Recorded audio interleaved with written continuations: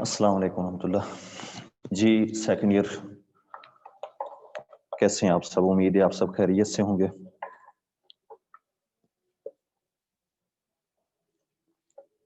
اور آپ لوگ امید ہے میرا لیکچر توجہ سے سنیں گے اور میری بات غور سے سنیں گے۔ جی اچھا بچوں، ہم لوگوں نے اقبال کی دونوں غزلیں پڑھ لی ہیں، ٹھیک ہے؟ اس میں جو لاسٹ شعر میں ذرا بتا رہا تھا وہ پھر میں کر لوں گا۔ اب آپ نیا لیکچر ہے، میں نہیں چاہتا کہ وہ تھوڑی سی بات ادھر سے تھوڑی سی ادھر سے، آپ لوگ توجہ سے صرف ایک بات جو ہے نا وہ پوری نظم آپ سن لیں، جو کمی ادھر ہوگی وہ ہم لوگ پوری کر لیں گے پھر۔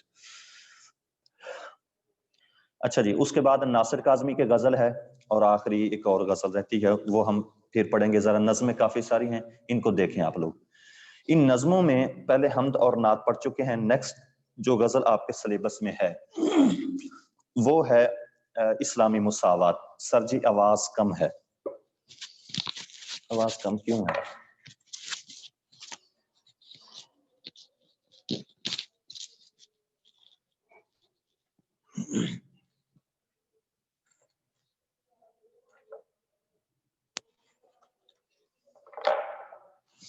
اچھا جی، نظم آپ لوگ جو ہے نا اوپن کر لیں، اسلامی مساوات، اور میری بات کو اچھی طرح سے سب سے پہلے سمجھنا ہے۔ اس کے بعد ٹائم ہوا تو میں شعر پڑھاؤں گا، لیکن آپ لوگوں نے یہ باتیں مس نہیں کرنی، بھلانا نہیں، ان کو یاد رکھنا ہے، محفوظ رکھنا ہے۔ اپنے پاس کوئی پیج لے لیں، اپنی کتاب اپنے پاس رکھیں، آپ کے ہاتھ میں قلم ہو، پینسل ہو، جس کے اوپر آپ نوٹ کرتے جائیں یہ میری باتیں۔ سب سے پہلے بات یاد رکھیں، اسلامی مساوات۔ مساوات کا مطلب ہوتا ہے برابری، یکسانیت، ایکویلٹی، یعنی اسلامی یکسانیت۔ اسلام میں سب برابر ہیں، اسلام میں سب کو حقوق حاصل ہیں، اسلام سب کے حقوق کا خیال کرتا ہے، مرد کے حقوق کا، عورت کے حقوق کا، غیر مسلموں کے، مائنورٹیز، اقلیتوں، سب کے حقوق کا جو ہے نا اسلام خیال رکھتا ہے۔ اب یہاں پر جو ہے وہ مولانا الطاف حسین حالی صاحب نے یہ نظم لکھی ہے۔ مولانا الطاف حسین حالی ان کا نام ہو گیا، حالی یہ اپنا تخلص کرتے تھے، خواجہ عزت بخش ان کے والد کا نام تھا۔ پانی پت جو ہندوستان کے اندر ایک شہر ہے، بڑا معروف ہے، جہاں پر بڑی تاریخی جنگیں بھی ہوئی ہیں، وہاں پر ان کی جو ہے وہ پیدائش ہے۔ چھوٹے سے تھے، 9 سال کے تھے کہ ان کے والد صاحب وفات پا گئے۔ پھر یہ 2 بھائی تھے، ان کا ایک بڑا بھائی ہے جو پولیس میں انسپیکٹر کی حیثیت سے وہ فرائض سر انجام دے رہا تھا، انہوں نے پھر ان کو سنبھالا۔ 2 پھر یہ 17 سال کی نثار لڑکی تھی، اس سے شادی ہو گئی، لیکن ان کو پڑھنے کا شوق تھا۔ پھر یہ جو ہے وہ دہلی چلے گئے تعلیم حاصل کرنے کے لیے، کچھ انہوں نے تعلیم حاصل کی کہ گھر والے آگے واپس لے گئے ان کو۔ اس کے بعد پھر سے جو ہے نا یہ اور زیادہ تعلیم نہیں تھی، کوئی ان کے پاس سلسلہ روزگار نہیں تھا، لہٰذا انہوں نے کوئی کلکٹر کا آفس تھا اس میں کام شروع کر دیا۔ کچھ معاملہ سنبھلا ہی تھا کہ حتیٰ کہ 1857 کی جنگ آزادی ہو گئی۔ جانتے ہو جنگ آزادی مسلمانوں کے لیے ایک ڈراؤنا خواب ہے، 1857 کی جنگ آزادی۔ اس وجہ سے اس جنگ آزادی کے بعد جو ہے نا وہ رہی صحیح کسر بھی ختم ہو گئی، پھر سے بے روزگار ہو گئے۔ پھر اس کے بعد کچھ انہوں نے جو ہے نا مطالعہ شروع کیا، فارسی پڑھی انہوں نے، احادیث کی کتب انہوں نے پڑھی، جس طرح شرح مسلم، میبزی، اس طرح کی کتاب انہوں نے جو ہے وہ پڑھی۔ پڑھنے کے بعد انہوں نے پھر سے جو ہے یہ جو ہے انہوں نے نواب مصطفیٰ خان شیفتہ صاحب ان کے بچوں کے پھر وہ تاریخ بھی مقرر ہو گئے تھے، ان کو پڑھاتے بھی رہے ہیں۔ اسی طرح پھر لاہور کے اندر آ گئے، یہاں پر انہوں نے کچھ لاہور بک ڈپو جو تھا اس کے اندر کتب خانہ جو تھا وہاں پر رہتے تھے، اس میں کچھ کتابوں کے ترجمے وغیرہ بھی جو ہے وہ کرتے رہے ہیں۔ تو اس دوران انہوں نے کچھ جو ہے نا مثنویاں لکھی تھی، جس طرح برکھا رت ہے، سر جی آواز ابھی بھی بہت کم ہے، میں کیا کر سکتا ہوں، آواز میرے پاس تو سب کچھ ٹھیک ہے، معاملہ مائک بھی آپ کے سامنے ہی ہے، چلو ہو جائے گا معاملہ۔ اچھا جی، تو اس میں جی وعلیکم السلام۔ اچھا جی، اس میں انہوں نے پھر جو ہے وہ کتابیں لکھی، برکھا رت، مناظرہ رحم و انصاف، اور اسی طرح حب وطن کے جو ہے نا مثنویاں یہ لکھی تھی. پھر یہ جو ہے نا دہلی کے اندر آ گئے واپس. اب یہ دوبارہ جب اس کے بعد دہلی کے اندر آئے ہیں تو ان کی زندگی کے اندر جو ہے نا وہ تبدیلی شروع ہو جاتی ہے. یاد رکھیے گا انہوں نے شاعری جو ہے وہ مرزا غالب سے سیکھی تھی. غالب ان کے استاد ہیں شاعری کے. پھر ان کی دہلی کے اندر جو ہے نا وہ ملاقات ہو گئی تھی سر سید احمد خان کے ساتھ. جب سر سید سے ان کی ملاقات ہوئی تو اس کے بعد پھر ان کی زندگی کے اندر جو ہے نا وہ تبدیلی آ گئی. سر سید احمد خان نے ان کو جو ہے نا وہ پہچان لیا تھا کہ یہ کن خوبیوں کے جن اوصاف کے جو ہے وہ مالک ہیں. پھر انہوں نے ان کو اپنے ساتھ رکھا. ان سے بڑا کام لیا مولانا الطاف حسین حالی سے. اور ان میں پھر انہوں نے جو ہے وہ سر سید احمد خان سے متاثر ہو کے ان کے لیے ایک کتاب بھی لکھی تھی. ان کی سوانح حیات لکھی تھی, ایسے سمجھ لو سوانح نگاری, جس کو حیات جاوید کے نام سے یاد کیا جاتا ہے. یادگار غالب ان کی ویسے سوانح نگاریاں یادگار غالب ہے. حیات سعدی, شیخ سعدی جو کہ جو ہے نا ایران کا شہر شیراز ہے جہاں کے رہنے والے تھے, بڑے معروف شاعر ہیں فارسی کے, اور زبردست شاعر ہیں. کبھی اگر وقت ملے ان کی فارسی کو آپ لوگ جو ہے نا وہ پڑھیں تو ان کی زندگی کے اوپر بھی انہوں نے جو ہے نا حیات سعدی ایک لکھی. ان کے بڑی حکایتیں ہیں, چھوٹی چھوٹی قطعے ہیں ان کے حیات ان کی کتابیں. جس طرح میں اگر آپ کو کہوں, جس طرح کہ ان کی کتاب ہے گلستان سعدی ہے, پندنامہ ہے, یہ ان کی کتابیں ہیں شیخ سعدی صاحب کی. تو ان کے بارے میں انہوں نے حیات سعدی لکھی ہے. اور اس کے علاوہ انہوں نے حیات جاوید سر سید احمد خان کی سوانح نگاری لکھی ہے, اور یادگار غالب مرزا غالب کے. یہ دیکھو یہ ہے وہ ایک عظیم انسان کہ جن کے ساتھ اس کا تعلق تھا, ان کو خراج عقیدت پیش کرنے کے لیے ان کی آپ بیتیاں انہوں نے جو ہے وہ ان کی سوانح نگاریاں انہوں نے لکھ دی ہیں. تو آپ بھی اپنے ٹیچرز کا احترام کرتے ہوئے ان کے بارے میں کوئی اچھی سی باتیں لکھ دیا کریں. تو انہوں نے جو ہے نا یہ پوری کتابیں بنی. اس کا اچھا یہ تو ہو گئی ایک مثنویاں انہوں نے لکھی ہیں, سوانح نگاریاں لکھی ہیں. اور نمبر 3 جو انہوں نے کام کیا ہے وہ انہوں نے لکھا ہے تنقیدی کتاب, جس کا نام ہے مقدمہ شعر و شاعری. یاد رکھیے گا اردو ادب میں تنقید کے حساب سے یہ پہلی کتاب ہے. یہی وجہ ہے کہ مولانا الطاف حسین حالی کو جو کہ اردو کے عناصر خمسہ, جو 5 بنیادی ستون ہیں, پلر ہیں, ان میں سے ان کو جو ہے نا وہ شامل کیا جاتا ہے. وہ میں 5 آپ لوگوں کو بتا دوں, آپ بھول جاتے ہیں. میں بار بار اکثر جو ہے نا اردو کے عناصر خمسہ, سب سے پہلے ان کے اندر جو ہے اردو کے عناصر خمسہ کے اندر جو پہلا شخص ہے وہ ہے مولوی عبدالحق. ٹھیک ہے, آپ لوگوں نے اس کو لکھ لینا ہے. مولوی عبدالحق بابا اردو جن کو کہا جاتا ہے. اس بندے نے بڑا کام کیا ہے اردو ادب کو, جو کہ بکھرا ہوا تھا اس کو اکٹھا کیا ہے. تو سب سے پہلے نمبر مولوی عبدالحق. دوسرے نمبر پہ مولانا محمد حسین آزاد صاحب. تمثیل نگاری میں بہت بڑا نام ہے. جو ہے وہ ان کا ایک سبق بھی ہے محنت پسند خیرت مند, وہاں میں نے آپ کو بتایا تھا کہ تمثیل نگاری کیا ہوتی ہے. تو ایک 2 ہو گئے یہ. تیسرے نمبر پہ مولانا شبلی نعمانی صاحب. تاریخی حساب سے بہت کام انہوں نے کیا ہے مولانا شبلی نعمانی نے.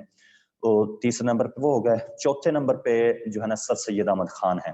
یاد رکھو گے سر سید احمد خان تو ایسا سمجھ لو کہ اگر سر سید کو نکال دیا جائے تو اردو ادب ہمارے پاس پیچھے کچھ نہیں رہ جا سکتا, کیونکہ وہی ہیں کہ جنہوں نے علی گڑھ کالج کا جو ہے نا وہ افتتاح کیا تھا, اور وہیں سے بہت سارے لوگ پڑھ کے آگے انہوں نے جو ہے نا اردو ادب کی خدمت کی ہے. 5ویں نمبر پہ جو ہے یہ مولانا الطاف حسین حالی, مولوی عبدالحق اور بابا اردو مولوی عبدالحق ہو گئے, سر سید احمد خان ہو گئے, مولانا محمد حسین آزاد ہو گئے, مولانا شبلی نعمانی ہو گئے, اور مولانا الطاف حسین حالی.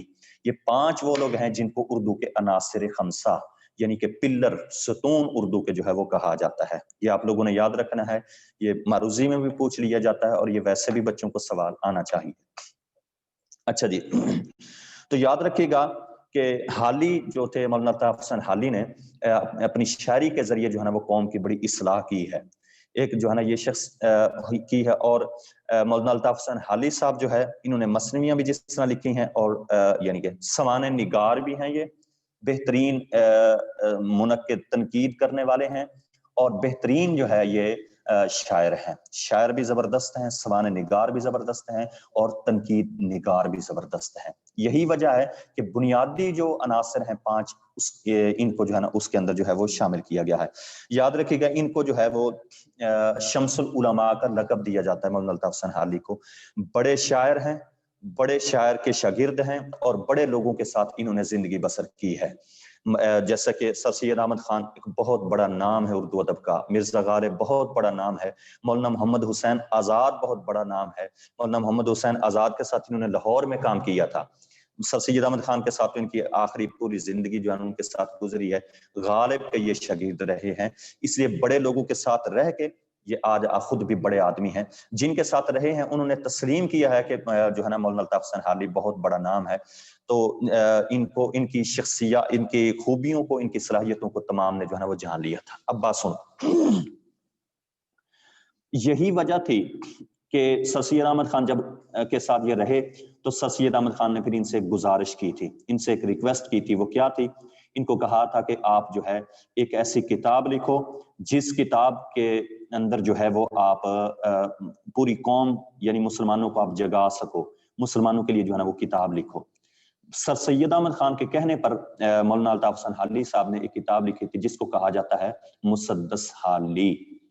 یاد رکھیے گا اردو کے اندر جو شعر ہوتے ہیں، 2 مصرے ہوں تو اس کو مثنوی، 3 ہوں تو اس کو مثلث، 4 ہوں تو اس کو رباعی، 5 ہوں تو اس کو مخمس، اور اگر 6 ہوں تو اس کو مسدس کہا جاتا ہے، یعنی 6 مصروں کے اوپر جو مشتمل ہوتی ہے اس کو مسدس کہا جاتا ہے۔ یہ جو نظم اس نے لکھی ہے مسدس حالی، اس میں تمام شعر جو ہیں وہ 6 بندوں کے اوپر، 6 مصروں کے اوپر مشتمل ہیں، اس لیے اس کو جو ہے نا مسدس کہا جاتا ہے، مسدس حالی کے نام سے۔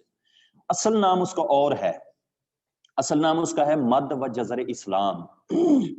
عام طور پہ مسدس حالی تو لوگوں کو پتا ہوتا ہے، اگر ان کے سامنے نام لے لیا جائے نا، مد و جزر اسلام کتاب آپ نے پڑھی ہے، پڑھ بھی چکے ہوتے ہیں لیکن ان کو پتا نہیں ہوتا کہ جی وہ کون سی کتاب ہے مد و جزر اسلام، تو یاد رکھیے گا اصل نام اس کا جو ہے نا مد و جزر اسلام ہے۔ مسدس حالی کے نام سے مشہور ہو گئی تھی کیونکہ 6 مصرے تھے اس کے اندر جو ہے نا یہ۔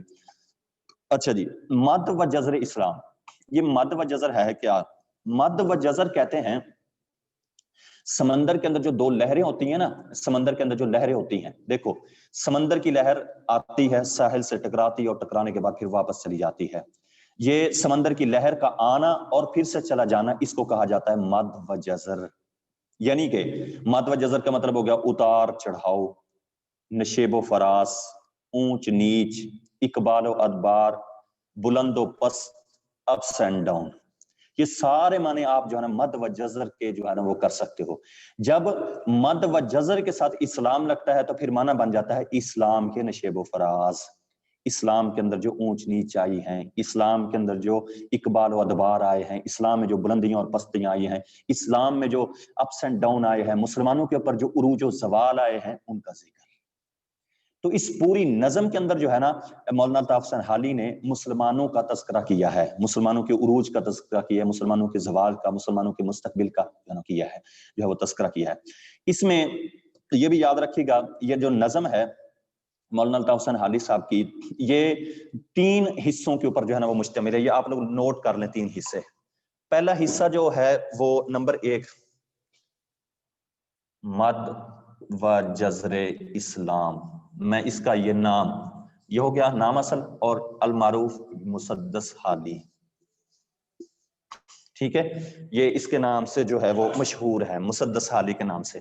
اب اس میں پہلا حصہ جو ہے نمبر 1 مسلمانوں کا شاندار ماضی، ٹھیک ہے، نمبر 2 مسلمانوں کا دور زوال، ٹھیک ہے، نمبر 3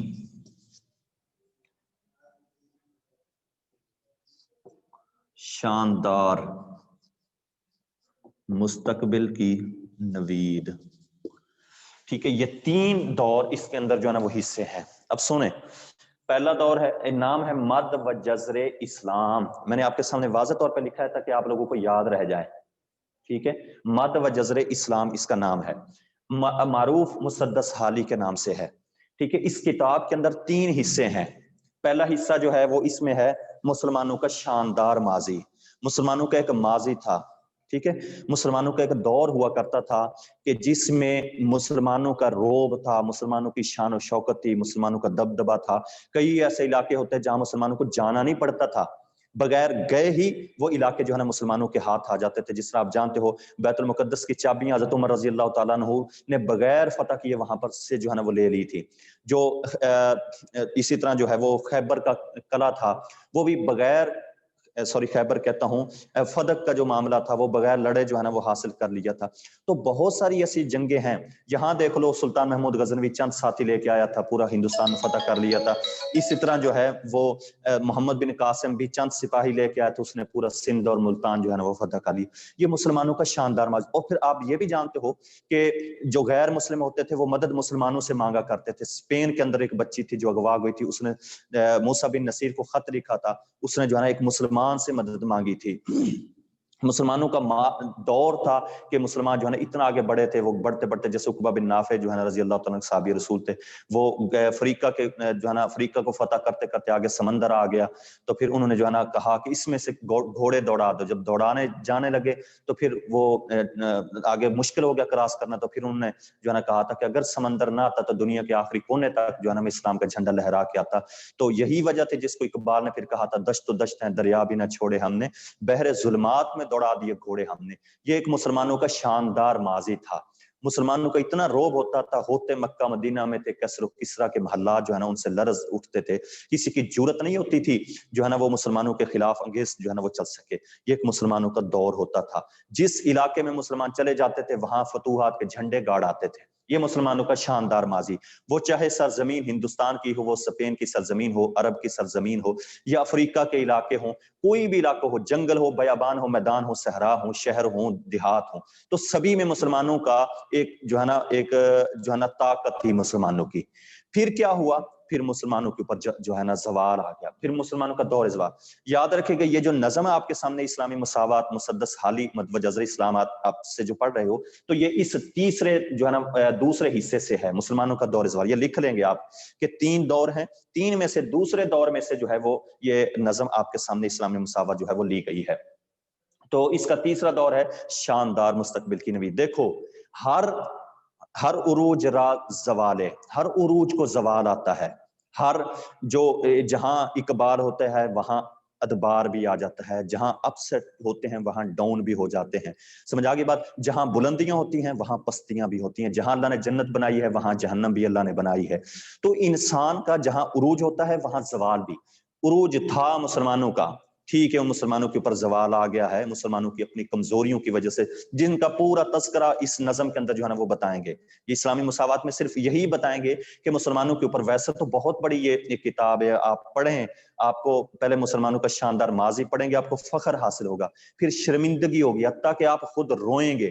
یقین کرو یہ ایک کتاب جو ہے نا یہ آئینہ ہے. جیسے آئینے کے سامنے آپ کھڑے ہو جائیں, آپ کو اپنا چہرہ نظر آئے گا, آپ کو اپنی خامیاں نظر آئیں گی. سمجھ آگے بات. تو ایسے ہی یہ پوری کتاب, یہ اسلامی مساوات مسدس حالی, یہ ایک آئینہ دکھاتی ہے مسلمانوں کو کہ مسلمانوں کیوں آج تم پستیوں میں چلے گئے ہو, کیوں تم آج انگریزوں کے غلام بن گئے ہو, کیوں تم اتنی عروج کے بعد تمہارے اوپر زوال آ گیا ہے, وہ جو تم حکومت کرنے والے تھے آج کیسے غلام بن گئے ہو, کیا وجہ ہے, کیوں یہ سارا کچھ تمہارے ساتھ ہو گیا ہے, کیوں تم آسمان سے زمین کے اوپر جو ہے نا وہ آ پڑے ہو. سمجھ آگے بات, تمہیں آسمان نے زمین کے اوپر پٹک کیوں دیا ہے, وجہ کیا ہے, وہ سارے کا سارا اس کے اندر جو ہے نا وہ بتاتے ہیں اس میں. تو یہ آپ لوگ جو ہے نا پڑھیں گے, کچھ جھلک یہ 5-6 بندوں کے اندر آپ کے سامنے جو ہے نا وہ رکھتے ہیں, وگرنہ یہ بہت بڑا حصہ ہے دوسرا, اس کو پڑھیں.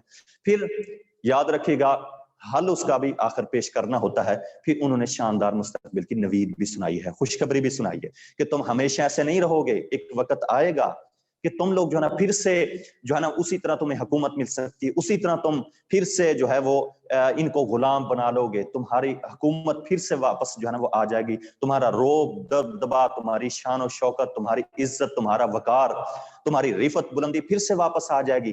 پریشان ہونے کی ضرورت نہیں ہے, لیکن کچھ چیزوں کے اوپر تمہیں جو ہے نا وہ قابو پانا ہوگا. وہ کون سی ہیں جن کا ذکر اس نظم کے اندر جو ہے نا وہ کرتے ہیں.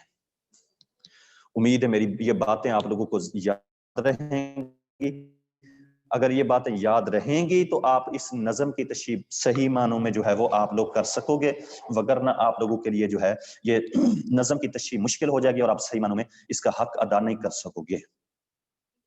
جی, اگر کوئی نہ بات سمجھ آئی ہو تو آپ لوگ جو ہے وہ مجھ سے پوچھ سکتے ہیں.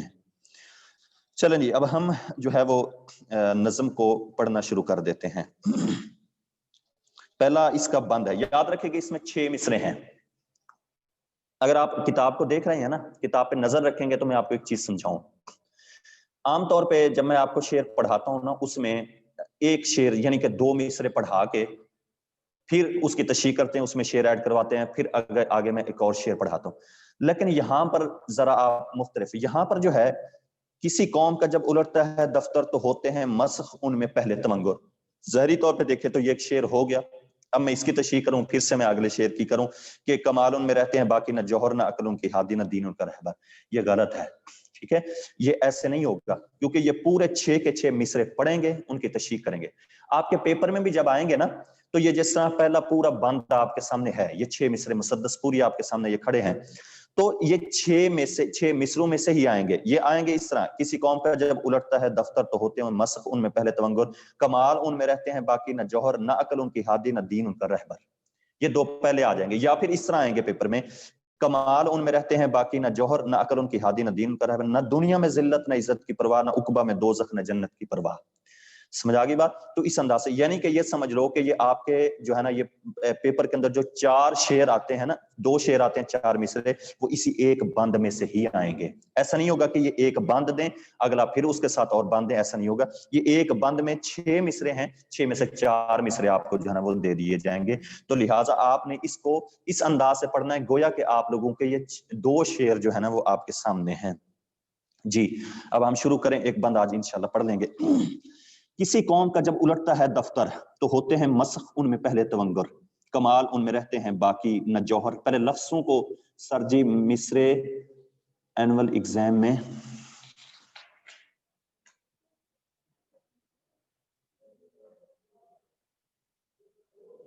سر جی مصرے اینول ایگزام میں آتے ہیں, نہیں اینول ایگزام میں مصرے نہیں آتے, اینول ایگزام میں آپ کے شعر آئیں گے. میں کہہ رہا ہوں کہ یہ 4 مصرے لکھے ہوں گے, 4 مصرے بن کے 2 شعر بنیں گے نا.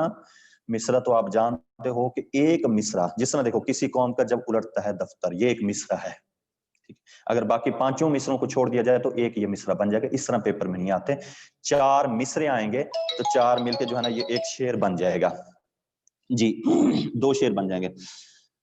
تو ہوتے ہیں مسخ ان میں پہلے تونگر, لفظوں کو یاد رکھنا ہے, غلط نہیں پڑھنا. تو ہوتے ہیں ان میں مسخ ان میں پہلے تونگر, کمال ان میں رہتے ہیں باقی نہ جوہر, نہ عقل ان کی ہادی نہ دین ان کا رہبر, نہ دنیا میں ذلت نہ عزت کی پرواہ, نہ عقبہ میں دوزخ نہ جنت کی پرواہ. اچھا جی لفظی معنی سمجھیں. کسی قوم کا جب الٹتا ہے دفتر, عام طور پہ دفتر تو آپ جانتے ہو آفس کے معنی میں کیا جاتا ہے, جو آفیسس ہوتے ہیں اس کو دفتر بھی کہہ دیتے ہیں اردو زبان میں, لیکن یہاں سے مراد وہ نہیں ہے. یہاں سے مراد ہے کہ جب کسی قوم کا نصیب خراب ہوتا ہے, جب کسی قوم کے اوپر برا وقت شروع ہوتا ہے, جب کسی قوم کے برے دن آنا شروع ہوتے ہیں تو پھر کیا ہوتا ہے, تو ہوتے ہیں مسخ ان میں پہلے تونگر. یا اس میں 2 معنی یاد رکھیے گا کہ کسی قوم کے اوپر زوال, وہ میں نے کہا نا ہر عروج راز, ہر کمال راز زوالے, کہ ہر کمال کو زوال تو آتا ہی ہے, لیکن یہ ضروری نہیں ہوتا کہ اگر ایک بندہ کو کمال ہے, ایک بندے کو عروج حاصل ہے, ایک بندے کے پاس اپس ہیں, ایک بندے کے پاس جو ہے نا شان و شوکت, ایک بندے کے پاس رفت بلندی ہے تو اس کو زوال آئے. یہ ضروری نہیں ہوتا, ہر کمال کو تو زوال نہیں ہوتا. ہاں اس کمال کو زوال ضرور آتا ہے جو کمال رکھنے کے بعد اپنے مشن سے ہٹ جائے, تھوڑا سا اپنے اندر جو ہے نا تکبر اور غرور اس کے اندر پیدا ہو جائے, اور پھر وہ اپنی اصلیت اور اپنی اوقات کو بھول جائے, اس کمال کو زوال تو جو ہے نا وہ ضرور آتا ہے. اب یہاں پر جو ہے نا کہتا ہے کہ کسی قوم کا جب الٹتا ہے دفتر, جب کسی قوم کے اوپر برے وقت برے دن جو ہے نا شروع ہوتے ہیں نا, تو مسخ, مسخ کا مطلب کیا ہوتا ہے, دھنسنا. یہ کو 2 معنی ہیں. ایک تو معنی ہوتا ہے کہ جیسے زمین کے اندر کسی کو گاڑ دینا, ٹھیک ہے نا, اس کو بھی مسخ کہا جاتا ہے, ختم یعنی زمین کے اندر. دوسرا ہوتا ہے کہ ان کی شکلوں کو بگڑ جانا, ٹھیک ہے نا, شکل کا جو ہے نا بگڑ جانا, حلیے کا بگڑ جانا, حالت کا بگڑ جانا, یہ بھی مسخ کا معنی ہوتا ہے. تو ہوتے ہیں مسخ ان میں پہلے تونگر, یعنی ان میں سب سے پہلے جو ہے نا وہ دولت مند مسخ ہوتے ہیں. یعنی اس میں 2 معنی ہوں گے, یا تو یہ ہاں یہ بات کر رہے ہیں کہ سب سے پہلے اس زوال کا شکار دولت مند ہوتے ہیں, ٹھیک ہے, یعنی کہ اللہ کا عذاب آتا ہے نا تو سب سے پہلے اللہ عمراء کو پکڑتا ہے, امیروں کو جکڑتا ہے,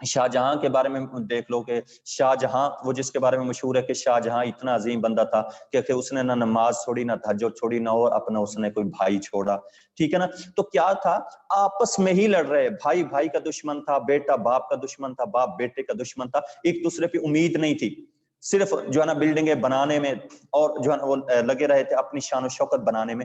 نتیجہ کیا نکلا، دشمن کو موقع ملا ان امراء کے بگاڑ کی وجہ سے، ان کی عیاشیوں کی وجہ سے، ان کی عیش پرستیوں کی وجہ سے، ان کے غلط کاموں کی وجہ سے انہوں نے جو ہے نا موقع سے فائدہ اٹھایا. نتیجتاً کیا ہو گیا اس میں، اب جب وہ ان کے اوپر پھر زوال آیا، زوال آنے کے بعد پھر وہ کیا ہوا، کہتے ہیں کمال ان میں رہتے ہیں باقی نہ جوہر.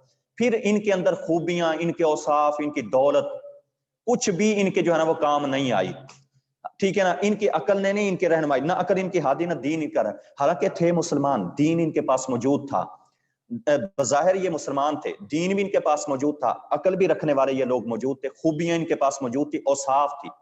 لیکن کیا ان کی اوصاف، ان کی خوبیوں نے ان کی جو ہے نا رہنمائی کی؟ نہیں کی.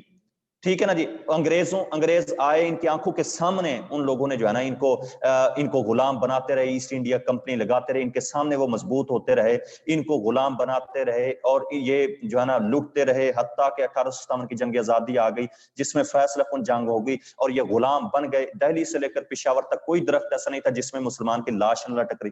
سارا کچھ ان کے سامنے ہوا. ان کی عقل نے نہ جانا یہ کیا ہو رہا ہے، ان کے دین نے ان کی رہنمائی نہ کی کہ جو ہے نا یہ کیا ہوتا جا رہا ہے. ان کی خوبیاں، ان کے اوصاف جو ہے نا وہ سارے کوئی بھی بروئے کار نہ لائے اس کو. وجہ کیا تھی؟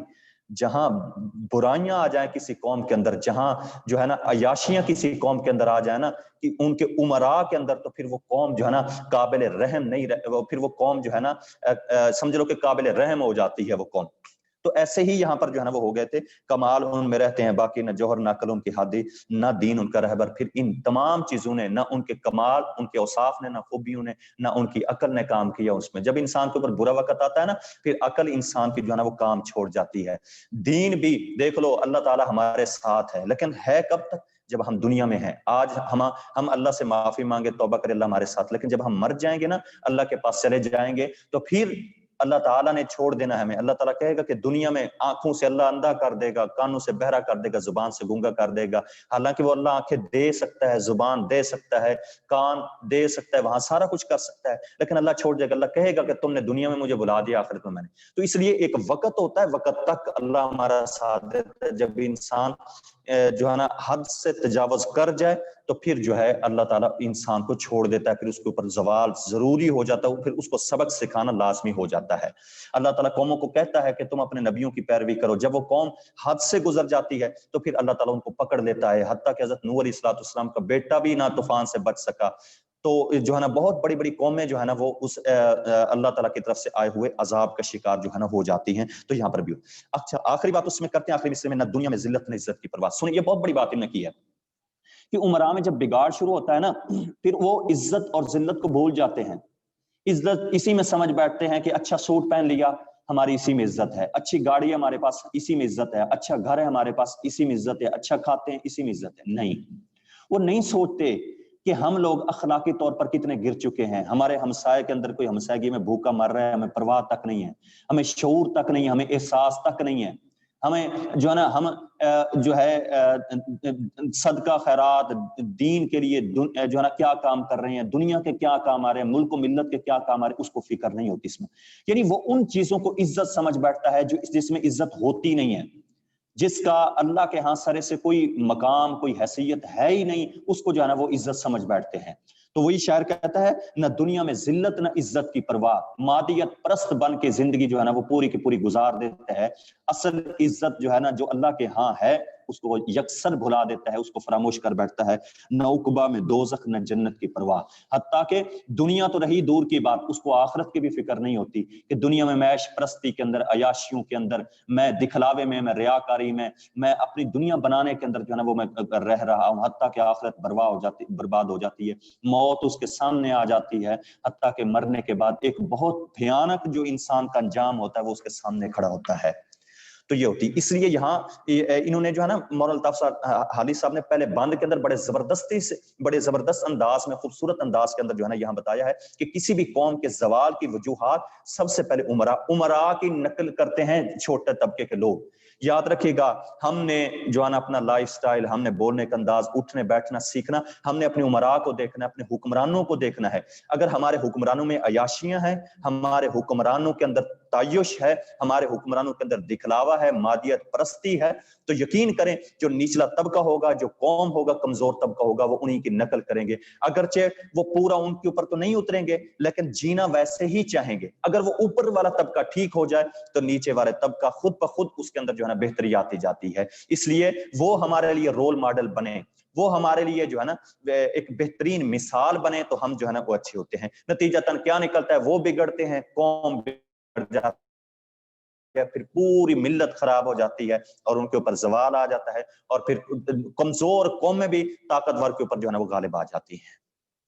امید ہے آپ لوگوں کو یہ بند جو ہے نا وہ سمجھ آ گیا. میں نے اس میں زیادہ تشریح کی, کچھ زیادہ کی ہے وقت کو مد نظر رکھتے ہوئے, وگرنہ تشریح اور بھی بہت سارے کر سکتے ہیں کہ جو ہے اس میں, کیونکہ یہ دو شعر جو ہے نا مل کے ان کی جو ہے وہ آپ لوگ تشریح دونوں, یعنی اسی میں سے دو شعر آئیں گے اس میں. جی اس میں اب میں شعر آپ لوگوں کے سامنے کچھ لکھ دیتا ہوں, تو وہ آپ لوگ جو ہے نا وہ ساتھ ساتھ ایڈ کرتے جائیں گے.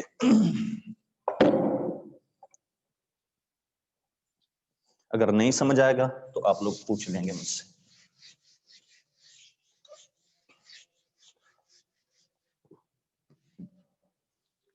جی پہلا اس میں شعر ہے,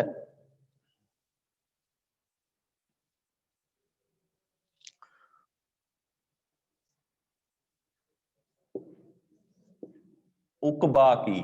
عقبہ جیسے شعر کے اندر لکھا ہوا ہے نا عقبہ, اسی طرح لکھنا ہے. عقبہ کی باز پرس کا, عقبہ کی باز پرس کا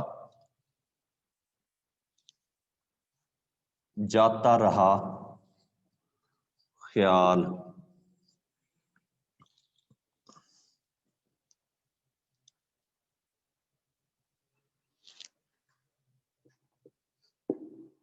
دنیا کی لذتوں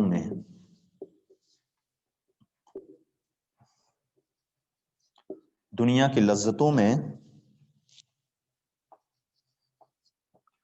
طبیعت بہل گئی.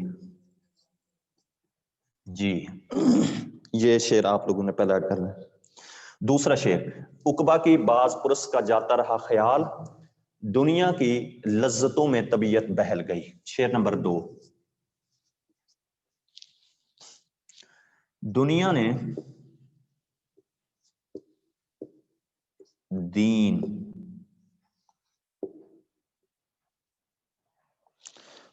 نے دین کو بھلا رکھا ہے.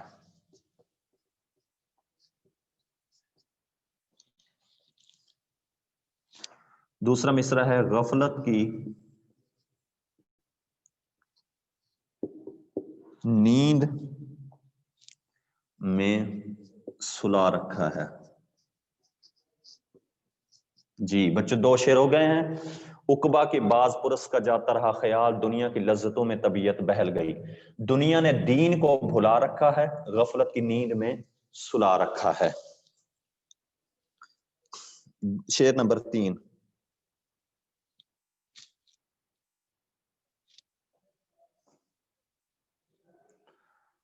خدا نے آج تک, یہ مشہور شعر ہے, خدا نے آج تک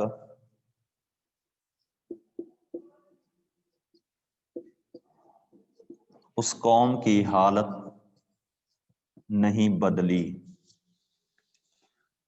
نہ ہو جسے خیال آپ اپنی حالت کے بدلنے کا. جی شعر 3 ہو گئے. ایک اور شعر اس کے اندر جو ہے نا وہ لکھ لیں گے اس میں. شعر نمبر 4,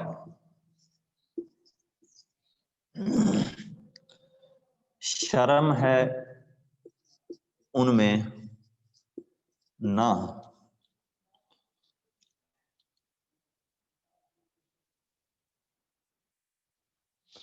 نہ غیرت ہے نہ خوئے احترام.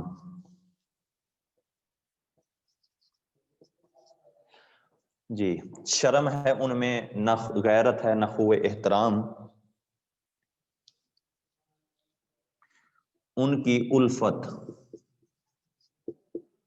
بے صداقت، ان کا کینہ بے لگام. جی بچوں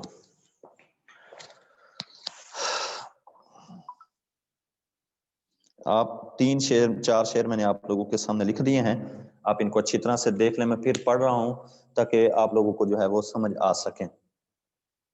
جی پہلا شعر ہے عقبہ کی باز پرس کا. باز پرس کہتے ہیں پوچھ گچھ. باز پرس کا جاتا رہا خیال، دنیا کی لذتوں میں طبیعت بہل گئی.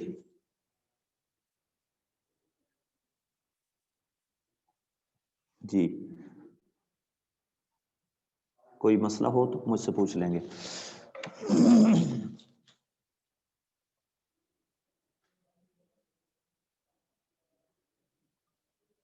جی اب ٹھیک ہے. ٹھیک ہے تو اس میں عقبہ کے باز پرس کا جاتا رہا خیال، دنیا کی لذتوں میں طبیعت بہل گئی. سر جی پورا نظر نہیں آ رہا، آ جائے گا، میں پڑھ رہا ہوں ساتھ میں آواز بھی سنتے جائیں. شعر نمبر 2. دنیا نے دین کو بھلا رکھا ہے. دنیا نے دین کو بھلا رکھا ہے، غفلت کی نیند میں سلا رکھا ہے. پیش لگا لیں گے اوپر. ٹھیک ہے بھلا اور سلا یہ کافی ہیں. رکھا ہے یہ ردیف ہے. جو ایک ہی لفظ بار بار دہرا جائے شعر میں اس کو ردیف کہتے ہیں، اور جو ہے ہم وزن الفاظ ہوں اور ہم آواز ہوں ان کو جو ہے نا کافیہ کہا جاتا ہے. دنیا نے دین کو بھلا رکھا ہے، غفلت کی نیند میں سلا رکھا ہے. شعر نمبر 3. خدا نے آج تک اس قوم کی حالت نہیں بدلی. خدا نے آج تک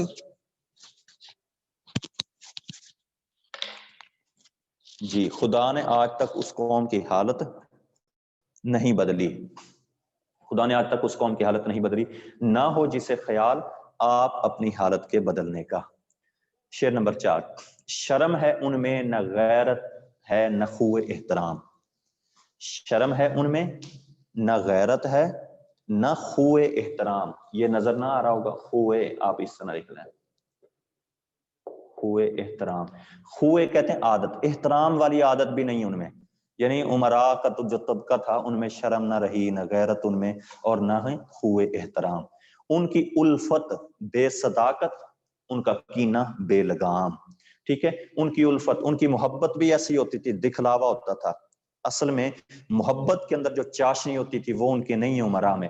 ان کا کینہ کہتے ہیں دشمنی کو، بغض کو، بے لگام. جب وہ کسی سے دشمنی رکھتے ہیں تو حدیں ہی تجاوز کر جاتے تھے، حد کراس کر جاتے تھے. اتنی جو ہے نا وہ کسی سے دشمنی، ایسا بھی نہیں ہونا چاہیے.